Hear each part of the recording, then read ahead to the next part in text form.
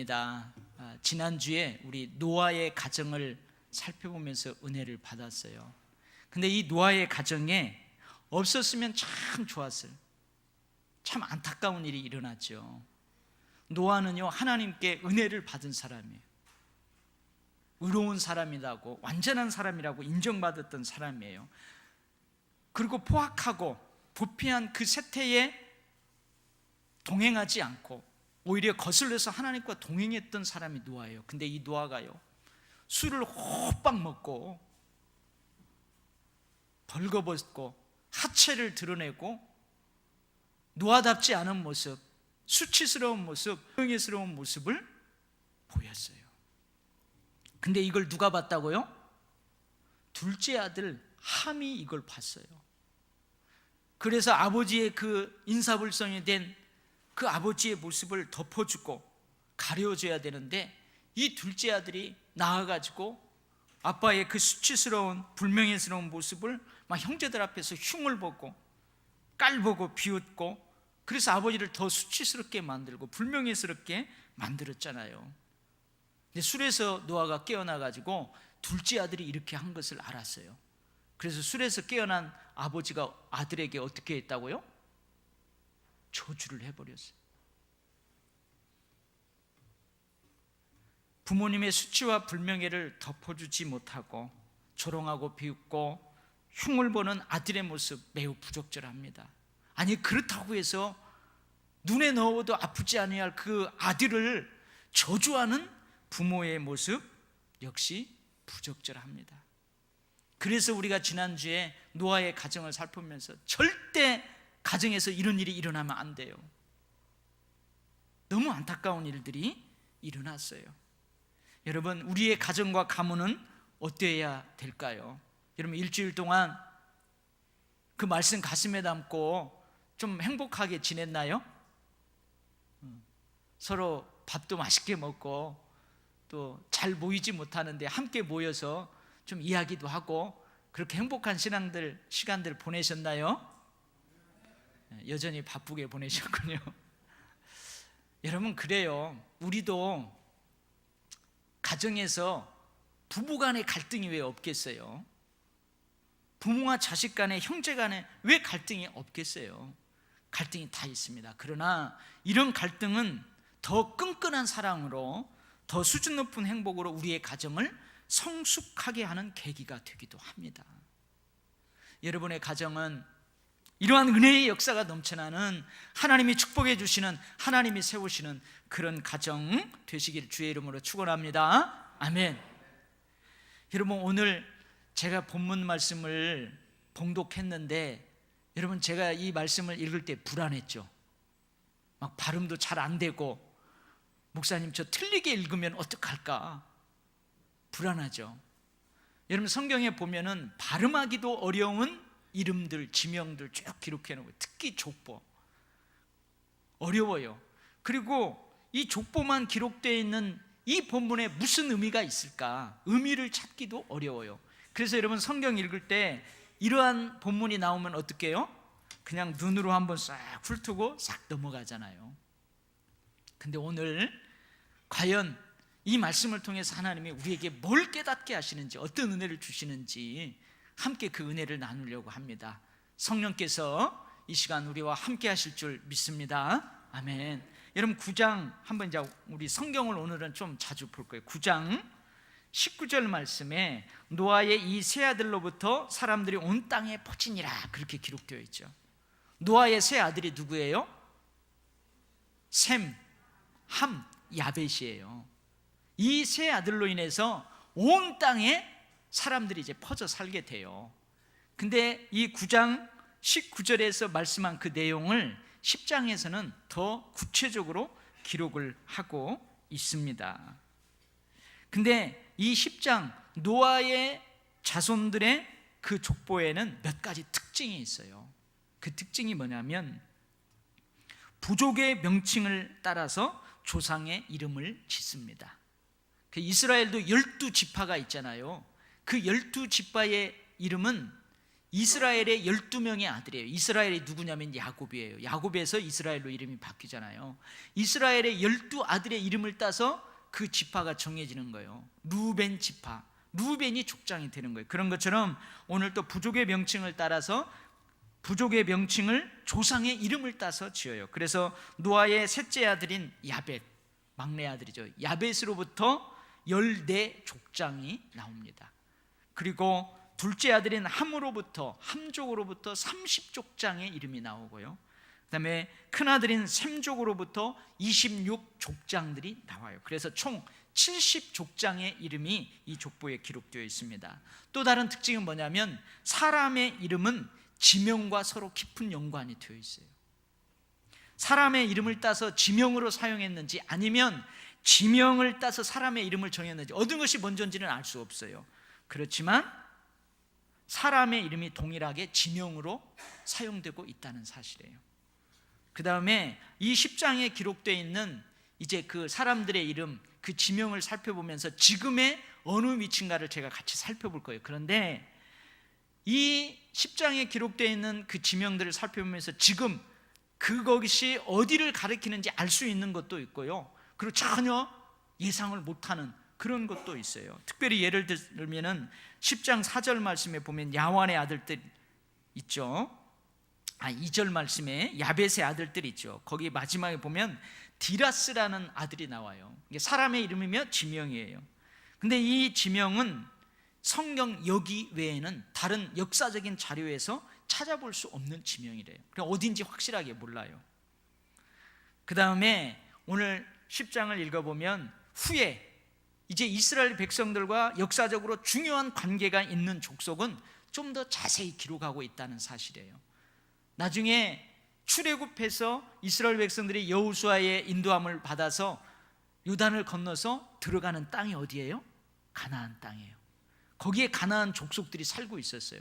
그래서 나중에 이 이스라엘 백성들의 역사와 중요하게 관계되는 가나안 족속에 대해서는 좀 더 자세히, 그리고 이스라엘 백성들이 그 가나안 땅에서 살다가 남북으로 갈라지죠. 그래서 남쪽은 저 아수르로, 남쪽은 바벨론으로, 저 북쪽은 아수르로 끌려가요. 그래서 아수르와 바벨론에 대해서도 좀 자세히 기록을 하고 있습니다. 자, 그러면 먼저 이 노아의 셋째 아들 야벳 쪽에 대해서 살펴보도록 하겠어요. 제가 이 설교 말씀을 준비하면서 좀 걱정을 했어요. 왜냐하면 우리 교인들 중에서 70세 이상 되신 분이 많이 돼요. 과연 이분들이 이 설교를 잘 듣고 따라올 수 있을까 염려를 됐어요. 한번 따라와 보세요. 그리고 이 화면이 좀 밝으면은 세계 지도를 이렇게 보여주면서 이 야벳족들은 주로 어디에서 살고, 함족들은 어디에서 살고, 셈족들은 어디에서 살았는가 지도로 보여주면 더 쉽게 알 수 있을 텐데, 여러분 흐릿해요. 이거 바꾸려면 한 2천만 원 든답니다. 그래서 오늘 여러분들 그냥 신구약 맥잡기 공부하신 분들은 지도를 머릿속에 그릴 수 있을 거예요. 한번 저와 함께 가봐요. 먼저 이 야벳 쪽입니다. 야벳 쪽은, 야벳의 아들들은 고멜, 마곡, 마대, 야완, 두발, 메색, 디라스예요. 아까 뭐라고 그랬어요? 사람의 이름이 동일하게 지명임으로 사용되고 있다고 했잖아요. 이 고멜, 마곡, 마대는 다 어느 지역을 이야기하냐면 흑해 주변의 지역을 이야기합니다. 흑해, 저 러시아, 지금의 러시아 그 부근을 이야기해요. 그래서 고멜, 마곡, 마대, 이 사람들 다 흑해 그 주변에서 퍼져서 살았어요. 그리고 야완은 지금의 어디냐면 지금의 그리스. 여러분 근대 올림픽이 일어났던 그곳, 그 다음에 가끔 텔레비전에 보면 높은 곳에 기둥만 여러 개 남아있는 그 건물이 또 있어요. 파르테논 신전이라고 있는 그 그리스, 거기가 야완입니다. 그래서 야완은 헬라 민족, 히락 사람들의 조상이에요. 조상. 그리고 이 야완의 아들들 중에서 엘리사라는 것은 지금의 어디냐면 이탈리아를 이야기해요. 이탈리아가 어디냐? 여러분 로마 교황청, 로마가 있는 그곳이 이탈리아예요. 그래서 그 이탈리아의 지역, 그 다음에 달시스는 어디냐? 성경에서 여러분 요나가 도망하려고 했던 것, 그래서 욥바 항구로 가서 그리 도망하려고 하죠. 다시스하고 같은 지역인데요, 어디냐면은 지중해의 저 끝쪽, 서쪽의 끝쪽인 스페인을 이야기합니다. 가리킵니다. 그래서 이 야벳 쪽을 쭉 살펴보면은 이 노아의 셋째 아들 야벳 쪽들은 주로 지금의 지중해 연안을 따라서 형성되어 있는 그리스, 그리고 이탈리아, 스페인에 이르는 이 바닷가의 땅에 자리 잡은 유럽 민족들의 조상이라고 할 수 있습니다. 이 야벳의 후손들은 이렇게 유럽 전체뿐만이 아니고 저쪽 멀리 러시아, 그 다음에 북미, 남미, 오스트레일리아까지 아주 광범위하게 퍼져서 살았어요. 여러분, 이 지역에 지금 살고 있는 사람들의 피부의 색깔을 보면 어떤 색이에요? 유럽의 백인들이잖아요. 그래서 이 야벳 쪽은 백인들의 조상이라고 할 수 있습니다. 다음으로는 노아의 둘째 아들 함이죠. 근데 이 함은요, 노아에게 함과 그의 아들 가나안, 그리고 그 후손들은 저주를 받았어요. 어떤 저주를 받았죠? 가나안은 저주를 받아 그 형제의 종들이 되기를 원하노라, 이렇게 저주받은 족속이 바로 함족이에요. 근데 오늘 보면 함족은, 함의 아들들은 누구냐면 구스, 미스라임, 붓, 가나안이에요. 이 구스는 지금의 어디냐면은 애굽, 지금의 이집트를 말합니다. 그 이집트 밑에 있는 에티오피아, 지금의 수단, 그 지역까지 다 포함된 그곳을 가리켜요. 특별히 오늘 본문에 보면은 이 구스가 있어요. 구스가 니므롯을 낳았대요. 니므롯. 이 니므롯을 낳았는데 이 니므롯에 대해서는 8절에서부터 12절까지 자세히 기록하고 있어요. 그는 세상의 첫 용사다. 하나님 앞에 용감한 사냥꾼이다. 그리고 이들은 성벽을 쌓고 도시를 건설하는데 아주 탁월한 기술자들이에요. 이들이 나중에 저쪽으로 이동해갖고 바벨론 왕국과 아수르 왕국을 세웁니다. 그래서 뒤에 있는 그 미가서를 읽어보면은 아수르를 니므롯의 땅이라고 그렇게 명명을 해요. 여러분, 후에 아수르 제국과 바벨론 제국은 이스라엘을 정복해요. 그래서 이스라엘을 패망시킨 다음에 그 이스라엘 백성들을 다 포로로 끌고 가버리잖아요. 그래서 좀 더 자세히 기록하고 있습니다. 이 미스라임은 지금의 어디냐면 애굽이에요. 애굽. 근데 애굽에서 유명한 강이 있어요. 그게 뭐냐면 나일강입니다. 근데 이 나일강 주변은 검은 퇴적물들이 수복이 쌓여 있어가지고 땅의 색깔이 검게 보인대요. 그래서 검은 땅. 그리고 그 외에 다른 지역은 땅의 색깔이 붉은색이에요. 그래서 붉은 땅. 그래서 역사적으로 이렇게 기록을 보면은 애굽을 다른 애칭, 명칭으로 사용하는데 뭐냐면 검은 땅과 붉은 땅. 그렇게 하면은 사람들이 거기는 애굽 땅이야, 그렇게 알 수 있다는 거예요. 여러분, 미스라임이라는 단어는 복수형 단어래요. 그래서 아마 역사적으로 애굽은 검은 땅과 붉은 땅, 이 두 가지를 합쳐서 사용했기 때문에 복수형으로 사용되고 있습니다. 붓, 이 붓은 어디냐? 동북 아프리카, 지금의 저 리비아, 소말리아 지역이라고 합니다. 그리고 이제 가나안은 여러분 설명 안 해도 잘 알잖아요. 훗날 이 가나안 족속들은 출애굽한 이스라엘 백성들은, 그 백성들이 여호수아를 따라 들어갔을 때 이 가나안 족속들을 하나님이 다 전멸시키라고 그래요. 그 족속들이에요. 그 다음에 블레셋 족속이 나와요.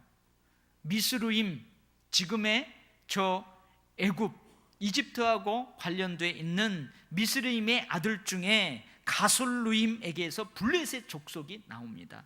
이 블레셋 족속도 우리 손톱 밑에 가시처럼 이스라엘의 역사에 있어서 이스라엘을 엄청 집요하게 괴롭혔던 민족이에요.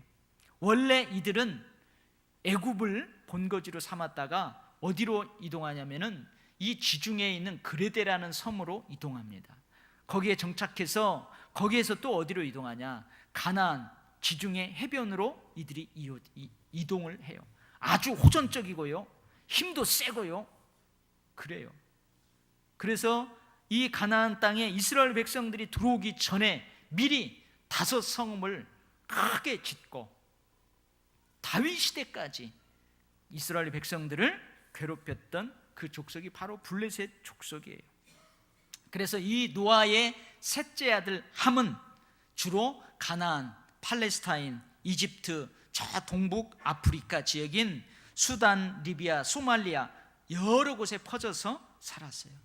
그러면 지금 이 지역에 살고 있는 사람들의 피부색을 보면 어떤 색이에요? 저 아프리카? 그래서 흑인의 조상들이다, 그렇게 말할 수 있습니다. 이제 마지막으로 셋째 아들 셈족이 나와요. 근데 오늘 셈족에 대해서 21절에 기록하고 있는데 다른 데에는 함의 아들은 누구누구, 야벳의 아들은 누구누구, 그런데 오늘 셈은 그 아들 이야기를 하기 전에 뭔 내용이 먼저 나오면 셈은 에벨 온 자손의 조상이었더라. 세벨의 모든 자손의 조상이었다. 에벨의 모든 조상의 자손이었다, 그래요. 여러분, 에벨이라는 단어의 의미가 있어요. 이게 뭐냐면 건너온 땅, 저 건너편의 땅이라는 의미가 있습니다. 그래서 이 에벨은 어디를 가리키냐? 유프라데스와 메소포타미아 그 동쪽 및 저 동북쪽에 위치한 그 지역을 의미해요. 우리가 가끔 성경을 읽다 보면 유대인들의 조상이 누구예요? 아브라함이에요. 믿음의 조상 아브라함이에요. 근데 이 아브라함이 살았던 원래의 고향이 어디죠? 여러분, 갈대아 우르라는 곳이에요. 티그리스 강과 유프라데스 강이 만나서 거기서 만나요. 갈대아 우르에서 만나요. 그 만나서 이 페르시아만이라는 바다로 흘러들어가는 그 지점이 아브라함의 고향이에요. 여기가 바로 어디예요? 에벨입니다. 그 지역이 에벨이에요. 근데 이곳에서 하나님은 아브라함을 선택하여 부르세요. 그래서 아브라함은 하란을 거쳐서 가나안 땅으로 들어오게 되죠.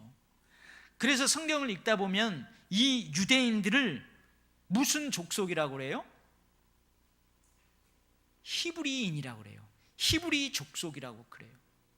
그래서 이 에벨과 히브리 족속, 에벨 족속과 히브리 족속은 깊은 연관성이 있어요. 히브리족, 히브루라는 이 어떤 의미가 있느냐면 건넌다는 의미가 있어요. 근데 에벨에는 건넌다, 건너편 땅, 건너온 땅, 이런 의미가 있단 말이에요. 그래서 이 에벨족은 이 히브리족하고 관계가 있어요. 유대인하고 관계가 있어요.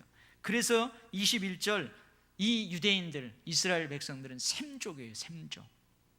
그걸 밝히려고 셈은 에벨 온 자손의 조상이요, 이것을 언급하고 있어요. 그 다음에 이제 그 셈의 아들들을 기록하고 쭉 있습니다. 엘람이 있어요. 엘람은 아까 제가 이야기했죠. 유프라데스 강과 티그리스 강이 만나서 그 강이 페르시아만, 그 바다로 흘러 들어간다고 했는데, 이 엘람은 이 페르시아만, 거기에서부터 저 위쪽으로 올라가면 카스피해라는 또 바다가 있어요. 그 전체 지역을 의미합니다. 그래서 동쪽으로는 티그리스 강, 서쪽으로는 바벨론, 저 북쪽으로는 메데라는 나라가 경계를 이루고 있는 지역이에요. 아수르는 설명 안 해도 되죠. 아시리아의 수도, 거기를 말해요. 여기 룻은 어디냐면은 지금의 터키 그 이어는 있는 소아시아, 리디아인들이 살고 있던 그 지역을 의미합니다. 아르박삭은 어디냐? 아수르 북쪽 지역, 좀 북쪽으로 올라가는 그 지역입니다. 그리고 아람이 나와요. 이 아람은 아르메니아의 조상이에요.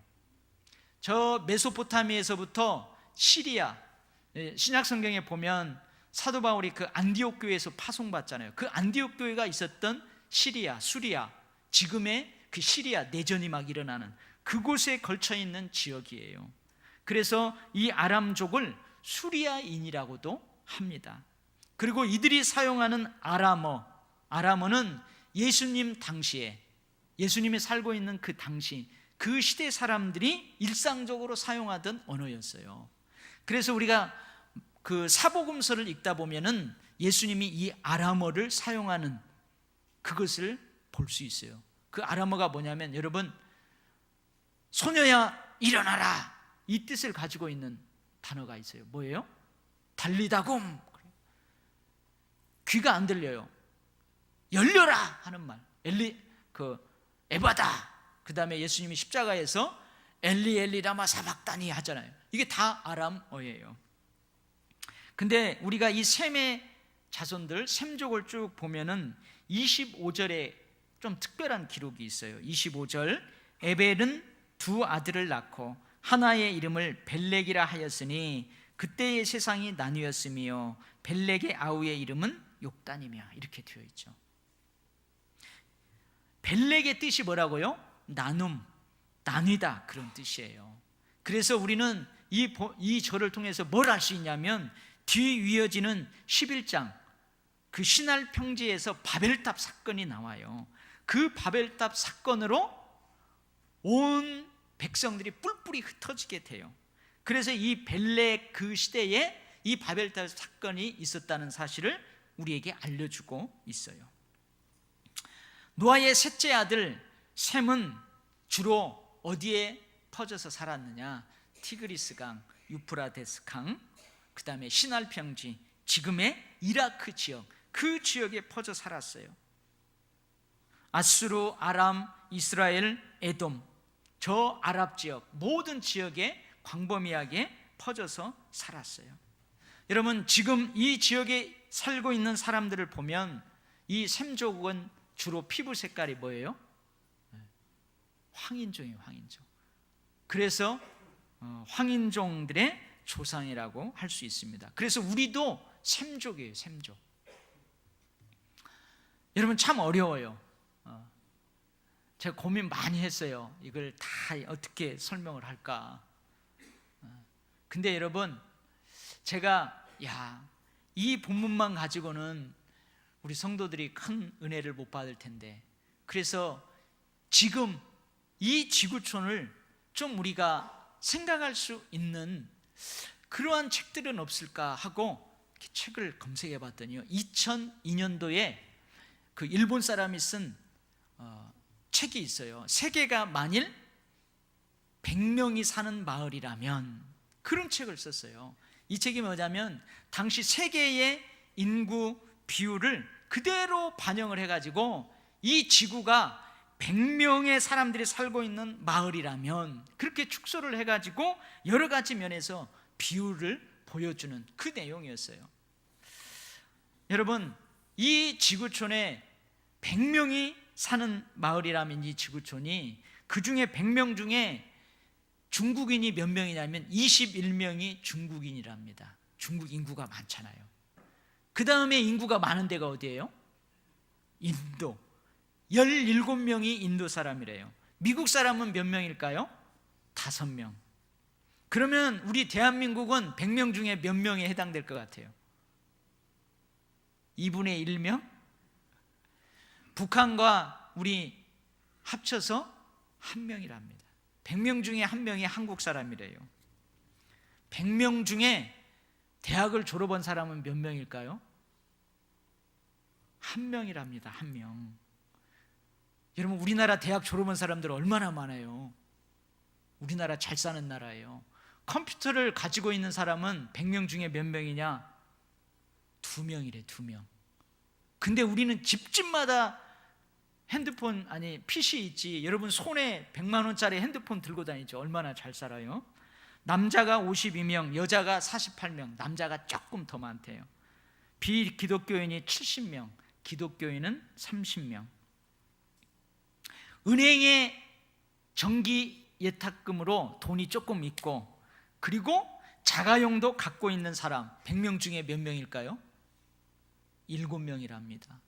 여러분, 은행에 돈도 있고 자가용도 있는 사람은 부자로 사는 거예요. 감사할 수 있기 바랍니다. 세계 돈의 3분의 2는 단 6명이 독차지하고 있는데, 이 6명 중에 대부분이 미국 사람이래요. 20명의 사람들은 하루에 1,000원 미만의 돈으로 끼니를 이어간대요. 15명은 너무 많이 먹어가지고 비만 있고 25명은 영양실조를 앓고 있답니다. 70명의 어른들과 30명의 아이들이 있는데 이 30명의 아이들 중 4명 돈 벌기 위해서요 노동을 하고, 그 중에 1명은 매춘, 그리고 전투 군인으로 생계를 그렇게 이어간다고 그래요. 설교하고 있는 지금 이 순간에도 100명 중 16명은 배가 고픈 채로 먹지 못하고 잠이 들고요, 지금 이 순간에도 1명이 굶주림으로 죽어가고 있습니다. 글쎄, 제가 정확한 통계나 수치가 있는지는 모르겠어요. 근데 제가 들은 이야기가 있어요. 어떤 전문가가 나와가지고요, 이 지구촌에서 생산되는 모든 먹거리를 이 지구촌에 살아가고 있는 모든 사람들에게 다 나누어진다면, 먹을 수 있도록 그렇게 나누어진다면 여러분 남지도 모자라지도 않는데요, 굶어 죽는 사람들이 없다고 합니다. 여러분 누가 한번 여러분들 중에 좀 통계나 수치에 밝은 사람들이 있으면 이러한 통계나 수치가 있는지 한번 찾아보세요. 여러분 오늘 본문 참 어려워요. 발음하기도 힘들고, 과연 이름들 지명들 안에 무슨 의미가 있을까 의미를 찾기도 힘들어요. 하나님께서는 과연 오늘 본문의 기록을 읽는, 지금 읽는 우리들이 뭘 깨닫기를 원하실까요? 여러분 첫째로, 하나님께서는 하나님의 형상대로 사람을 창조하시고 축복하셨어요. 어떤 축복을 하셨죠? 생육하고 번성하라. 그런데 홍수 심판으로 사람에게 주신 이 하나님의 축복의 위기가 찾아와요. 사람들이 다 멸망당하잖아요. 노아의 가족 8명만 남아요. 그런데 하나님께서는 노아를 통해서 이렇게 많은 민족과 열방과 족속들이 번져나가게 이 축복을 계속 이어가요. 하나님께서는 인간들의 온갖 반항에도 불구하고 이 축복을 계속 이루어 가신다는 것을 우리로 하여금 깨닫게 하십니다. 여러분 온 인류가 최선을 선택해야 돼요. 하나님 보실 때 최선을 선택하고 최선의 삶을 살아가야 돼요. 그런데 그렇게 살지 못해요. 차선을 선택하고 차선의 삶을 살아가는 때도 있어요. 그런데도 하나님께서는 그 차선 중에서도 최선으로 인도하시는 분이에요. 믿습니까? 여러분 우리의 삶도 마찬가지. 우리가 최선을 선택해야 돼요. 최선의 삶을 살아가야 돼요. 그런데 그렇게 살지 못하는 때가 있어요. 근데 차선 중에도 우리의 삶을 최선으로 인도하시는 분이 하나님이신 줄 믿습니다. 결국 하나님께서는 인간이 바뀌지 않는다 할지라도 하나님 본인이 마음을 바꾸시면서까지 이 하나님의 축복의 약속을 이루어 가시는 분이다. 여러분 이것을 깨닫게 하세요. 할렐루야. 두 번째로는요, 축복을 받은 셈과 야벳족, 노아에게 이들은 축복받잖아요. 근데 함족, 저주를 받은 함족, 여러분 축복받은 셈족이나 야벳족이든 저주받은 함족이든 이 땅의 모든 족속은 다 하나님의 형상대로 지음받은 여러분 존귀한 존재들이라는 사실이에요. 아멘. 여러분 백인도 흑인도 황색인종도 다 하나님의 형상대로 지음받은 보배롭고 존귀한 존재들이에요.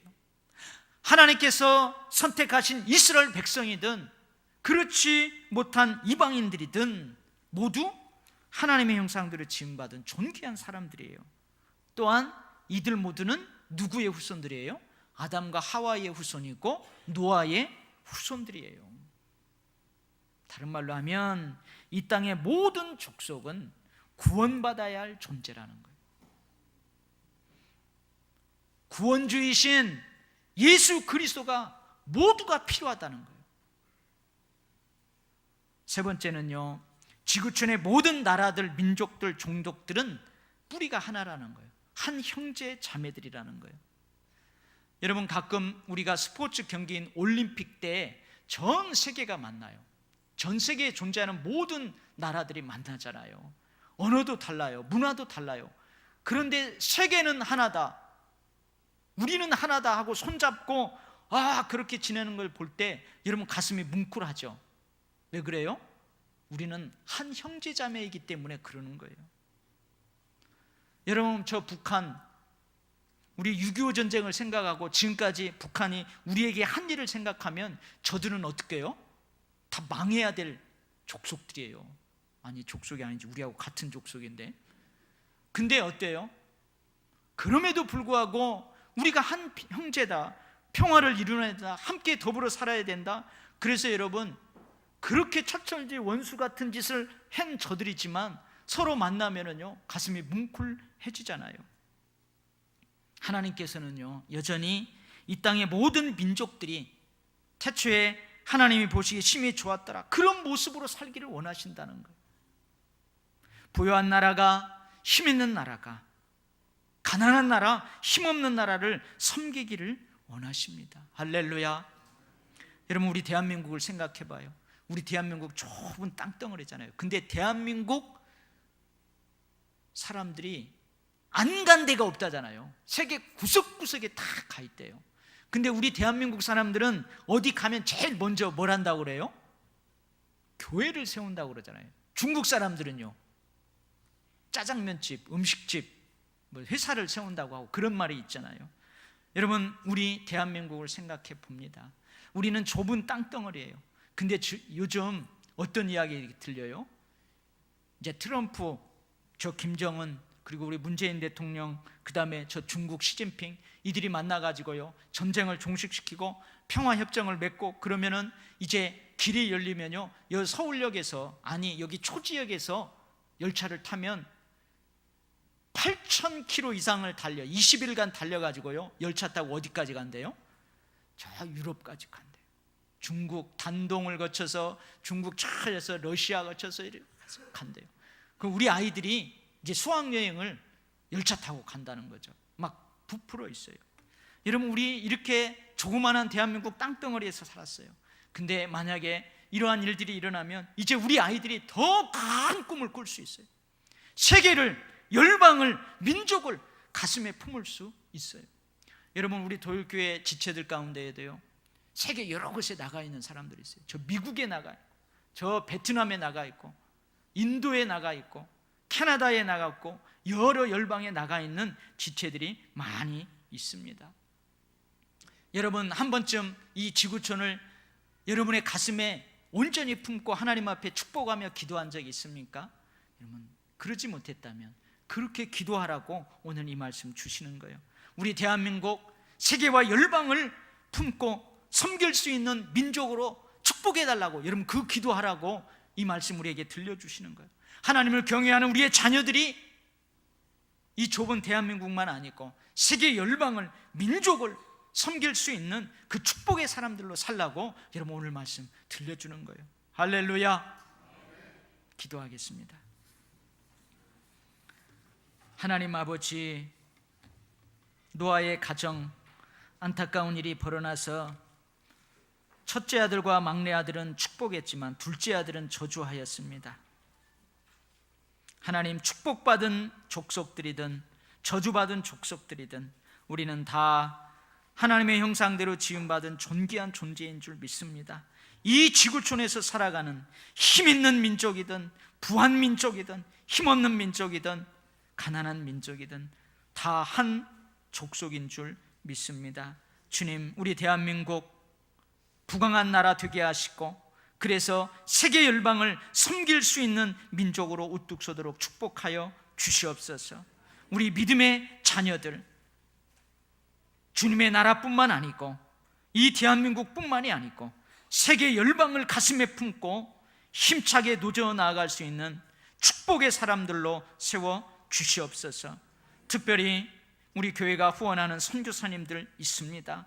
하나님, 그들이 열방을 가슴에 품고 그곳에서도 복음의 사역, 하나님의 축복의 역사를 이루어 가오니 그들과 함께 하시고 우리 교회가 더 많은 선교사들을 돕고 보낼 수 있도록 하나님 하게 하여 주시옵소서. 감사드리며 예수님 이름으로 기도하옵나이다. 아멘.